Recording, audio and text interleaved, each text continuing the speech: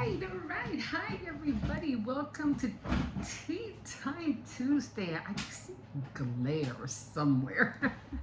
Anyway, we're just going to have some regular Lipton or what do you call it? Black tea. Hi, my name is Emma. This is your first time here. Welcome. I usually just like to chat a little bit and yeah, there's a glare coming from the side. It might be from that light up there. It's a little bright. And do a little reading and let you know what book I'm reading. Sometimes I'll try a snack or some cookies that I probably went to Aldi's for just to try some, some different things. So that's what we're doing right now. So I made sure I got my sugar out because every time I come on here, I always forget to bring the sugar and a spoon and a pencil and everything else. So let's start out with the tea. So it's already hot. This is my little kettle that I use. Just let me grab the what do you call it? The string. And I'm not going to put too much water in here because with black tea, I have to have milk in it. I just have to have milk in it. So right now, while we're waiting that to steep, I am reading Maya Banks, and this is called "Taking It All."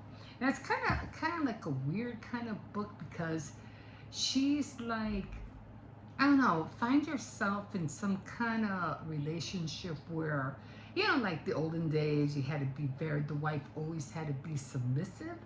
And I don't know whether she liked the idea of it or that's what kept her relationship with her husband going. I mean, it was kind of the weird kind of like thought of how women should really let themselves be told what to do all the time. So it's just kind of strange that she would write something like this, knowing, I mean, I don't know when this book came out, but to write something like that in this day and age. So, but we're gonna see where it goes.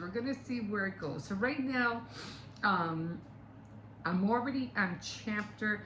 Oh my God, these glasses! I got these glasses not too long ago. They're bifocals, and I had to get them because with the regular reading glasses, even with regular reading glasses, I still couldn't see. So I was like, I have to get a pair of prescribed glasses because even with regular, I need to be able to see, and I just couldn't see with those.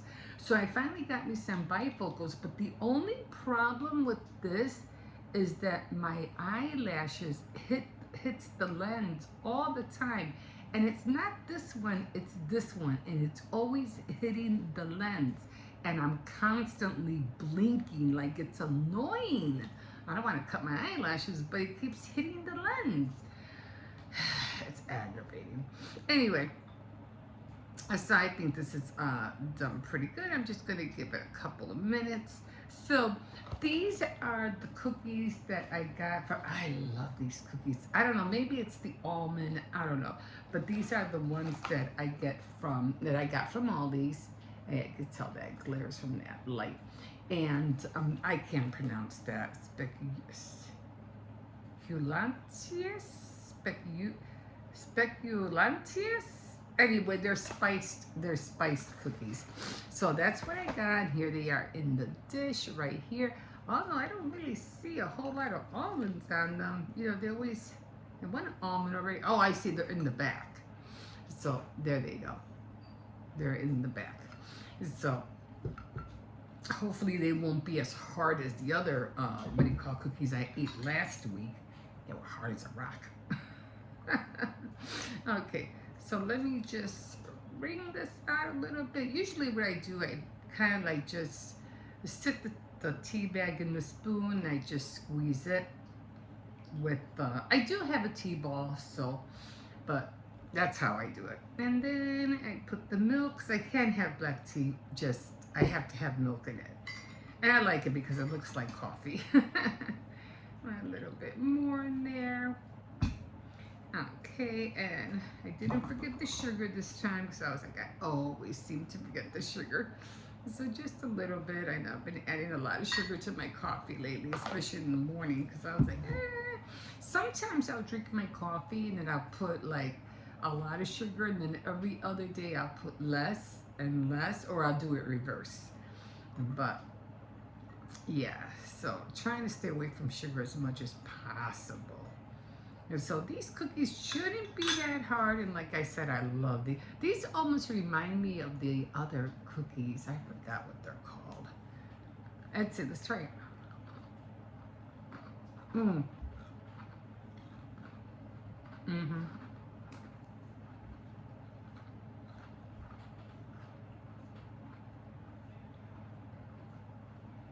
Oh my God. A lot more crunchable than those other cookies. I always crack my cookies inside the, what do you call it, tea, so it won't go everywhere. Mm.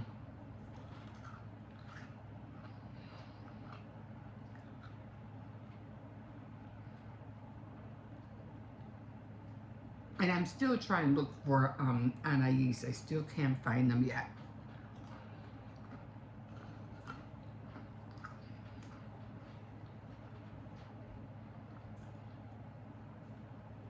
You have to excuse me because I've been up since 7:30 in the morning, and this is the first thing I'm eating, aside from coffee. I'm hungry.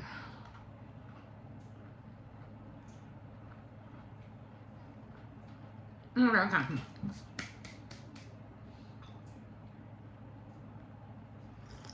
Mm. Sorry about the slurp. Okay, that is nice and hot. Okay, so I'm just gonna move all this away, and let's get into this book, because it's like I'm not really sure where she's going with this book, but I'm like, okay, let's just go with it. Let's just go with it. So I left off on chapter, what was it?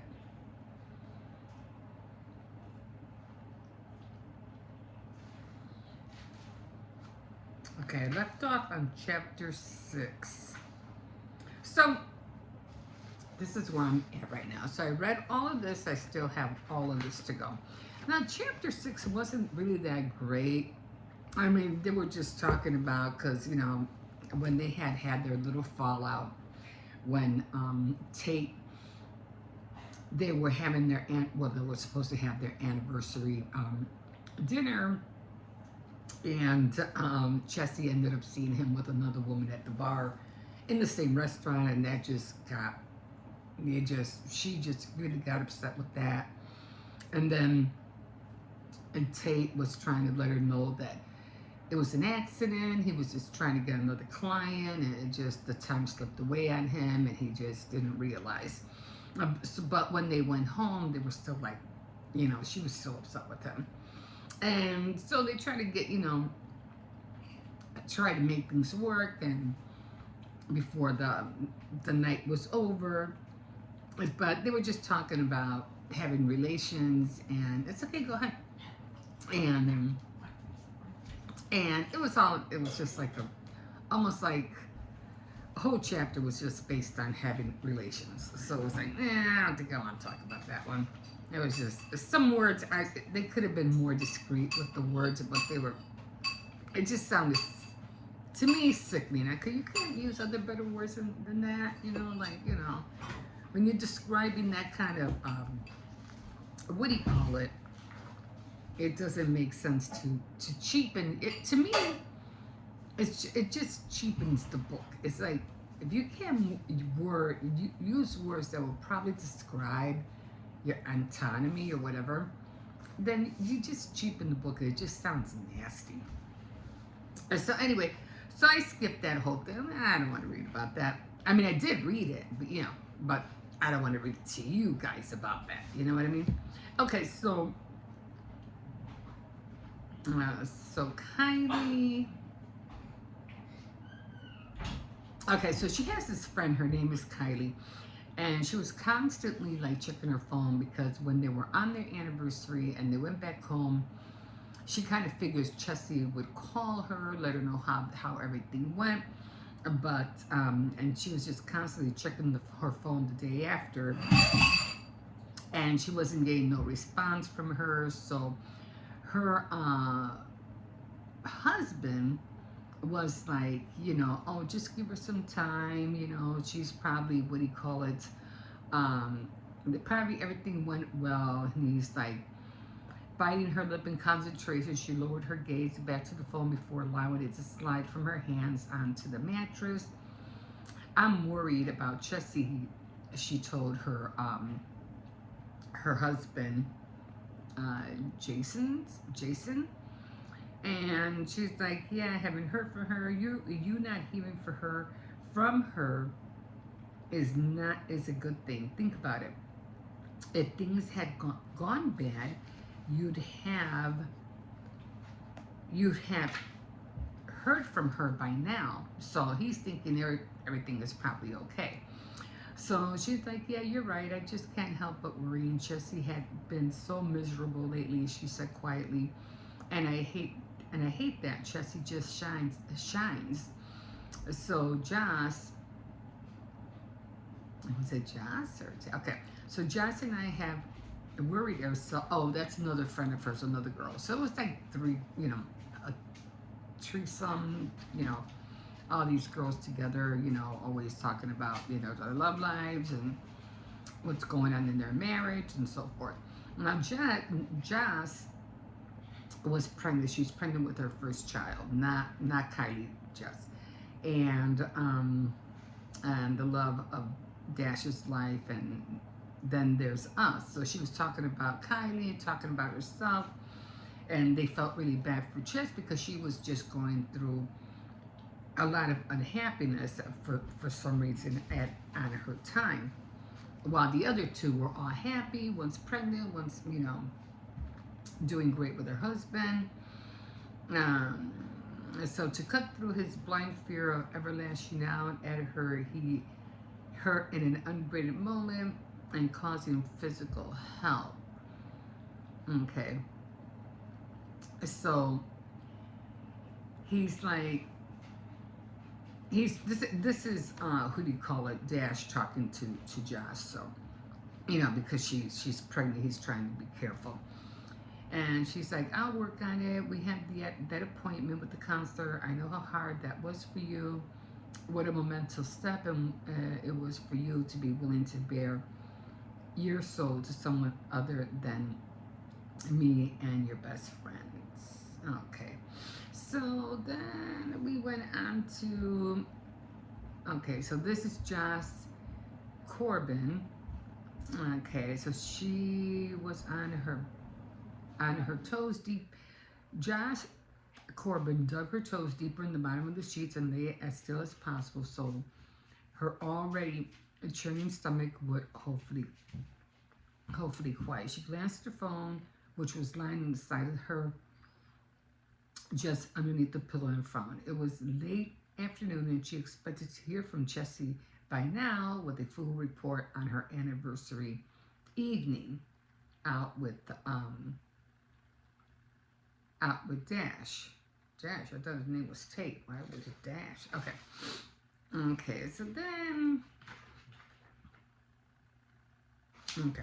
so then we keep reading. So then she's like, apparently 95% psychological in Joss's case, or behead, because they were talking about, how her pregnancy is going. Sometimes Dash had been extremely careful about when they had relations. He smiled, brought in, I love you, I'm excited. Dash, this is Josh talking to Josh. You can't imagine how happy I am about our baby. It's such a dream come true. Okay. And again, they're the only two. Kylie and Josh are the only ones that are happy. And Chess is like, no word from Chess yet. I know how worried you and Kylie were. And while I admit to have some major concerns myself, I had no idea what the hell is going on with Tate. But I hope he pulls his head out of his butt. Okay. And I think that's where I left off. Oh no, there was more. So, not only are the girls worried, but I guess because they talk a lot, I guess the whole trio, the guys are involved in the situation too, because you know how, wives talk about their friends. Relief, bright-eyed, fire quickly, replacing any signs of sleepiness. Thank you for that, Chess. You have no idea what your forgiveness means and your willingness to give me another chance. This was Tate talking to Chess. Then she laid down and kissed him. For once, she was the one in position of control, her over him, taking the initiative. And it was almost as if he were still treading in very careful waters, and if he only knew that wasn't what she wanted from him at all. She wanted him to assert his control, his dominance over her again. She craved it with everything she had in her heart and soul. Again, he was always the one making the moves, always the one probably taking the orders at the restaurant. He was always the one telling her how to do things, and she was happy with it. She was fine. She hated to even use the word marriage because it was so traditional and quaint and in a lot of ways outdated. What they had between them went far beyond the edges of most married couples' faith and trust in each other. So there you have that, which is true. It's very untraditional. I think that was all I read on here. I don't think I,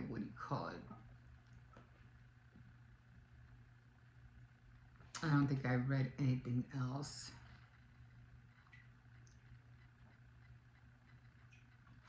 All right. So I'm on chapter 9 now. And one playful shower and one Tate induced fun when he paid a little extra attention to the area. And it's just, I just can't, get to the point. There's no, really, she couldn't count the times in earlier years when she and Tate would simply lie on the couch, her head on her lap, as he idly ran his fingers through her strands as they watched a movie. It was always count as one of her best memories. Her eyelids fluttered open and smile disappearing for a brief moment. Excuse me. And before she can recover, Tate was already frowning back in at her in the mirror and questioning looks in his eyes. What's wrong, baby? Did I hurt you? I'm not being gentle enough with your hair? She laughed as if your master of combing a woman's hair. If you ever get tired of financial advising, you can always start up a salon. You have women coming in droves just for those hands of yours, which, by the way, are totally mine. I'll chop them off before allowing another woman access. He looked befuddled for the briefest of seconds and then threw back his head and laughed. But then he sobered and focused his stare back at her. What were you frowning about then? She fidgeted uneasily on her vanity bench, not wanting to bring up a bad subject, but Tate wasn't going to allow her to dodge the question.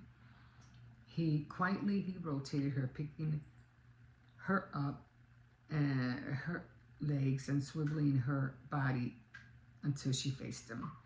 Then he got down on his knees and cupped his hand to her face. Tell me. She sighed. I know I shouldn't ask. That's not the way our relationship works. And I don't want you to get the idea that I want our relationship to change. That I don't want your dominance and for you to make the decision. But ask ask baby. He promptly said like, hurry up, he's getting tired. I mean, at this point, I would be frustrated. Like, tell me what's wrong already. Like, what? I think we both know we're at a fragile point in our relationship where the rules are temporarily changing. They have to, because I need to know what your needs and wants are. I want to know that regardless of whether it's now or 2 years ago, I've always wanted you to communicate your needs to me. How else can I fulfill them? Yes, it's my job as a dominant to often know your wants and needs before you do even. It's my job to provide those for you. But I've been a complete dumbass, and as a result, it is painful for me to admit, but I'm man enough to own up to my failures. I'm out of touch with your desires. I hate even saying that, but you're going to have to help me until we get back on track. The open line of communication where we were just discussing in bed a while ago. There has to be a place going forward. She nodded, her understanding, breathing out her relief. They would be okay. She could feel it. Tate was going to extraordinary lengths for a man so used to being in control of every aspect of his life. But he was right. They were in anything but control right now, and it would take them both to right the ship and get it back to smooth waters. I just want to know where you plan for us to have dinner tonight. She said in a low voice, I don't want to go back to where we were supposed to have dinner last night. I don't think I could handle it. There was a humiliation in that last night for me. I don't want to even remember it. I'd rather just go somewhere else and truly start over again. So now they're making plans to, because he felt like he owed her an evening because of what happened. So now they're trying to go do the dinner again and make it right. But it's like, to me, it's like, why you already spoiled it? Like, why would you want to do a retake? And, because that to me, that's what it would seem like. You're doing a retake because you screwed up. And I would be like, forget it now. Like, I don't want to go to dinner. I don't know. I don't even know if I want to ever go to dinner with you anymore. That's it. I forget it. We'll just eat in, order out, take out, whatever. Like, they're not ever doing that again. But they wanted to give it another shot. So I'm gonna leave you guys at that with that, and we'll see what happens if they make it, to another dinner, and if that one goes okay. I mean, I don't know. We'll see what happens, and we'll see how far, because it just seems like Kylie and what was her name, Jess, were probably not really like a thorn in Chess's life, but in a kind of way they kind of like, I think, were, because she was seeing how happy they were and stuff, and the girls were noticing how bad she was feeling, and then Tate not, being like distracted with his job and trying to create clients. I mean, that's how life is. Like, you can't really get upset with somebody who's trying to build something for the family. And I mean, if you're working, that's something different. But if you're not working and you're at home, being a housewife or a mother, whatever, it's two different worlds. And it was very, very hard for the women back in the day, like 1940s, 50s, 60s. It was really hard to break out of that mold. Like, everything they did was to make a home, and everything the husband did was to provide for her to make a home, even if it meant like the same night he would have to like go to a store and pick up eggs or bacon or juice for the next morning, because that was his job, You know what I'm saying? That your job as a husband doesn't end when you clock out, from your work at 5, which used to be back in the day. You still have to worry. You still had to worry about coming home, having time with your wife or your family. You had to make sure you had whatever breakfast for if they were without. You had to make sure you pick up the bacon, the juice for the next morning, or bread for toast. I mean, you still had to do your job didn't end at 5, like most back in those years. Most men, that's what they did. They felt like, I did my job. I come home at 5, and all I want to do is sit and watch TV. Like, no, no. You still got things to do. You still have to do your duties as a father and a husband. You're not done until the clock rings, or the time, like it's time to go to bed to get ready for the next morning, which usually means like either 9 or 10 o'clock, if earlier, if you're really that tired. But in this day and age, we don't do that anymore. So it's a lot more different now. And so sometimes men, because of the whole job crisis and things like that, not trying to veer off from the book, but it's a lot different now. We don't live in that era anymore. So now people, especially families, it's really hard to be a mother and a housewife, because times are changing, and they're changing rapidly. And guys have to work just to keep, food on the table, bread on the table. They have to work like, 8, 10, 12 hours a day. Sometimes they have to have 2 jobs because we're just not making enough. And then for the women, they even now have to get jobs too. So back in the day, they didn't. Their job was to be at home to raise the family and make a home.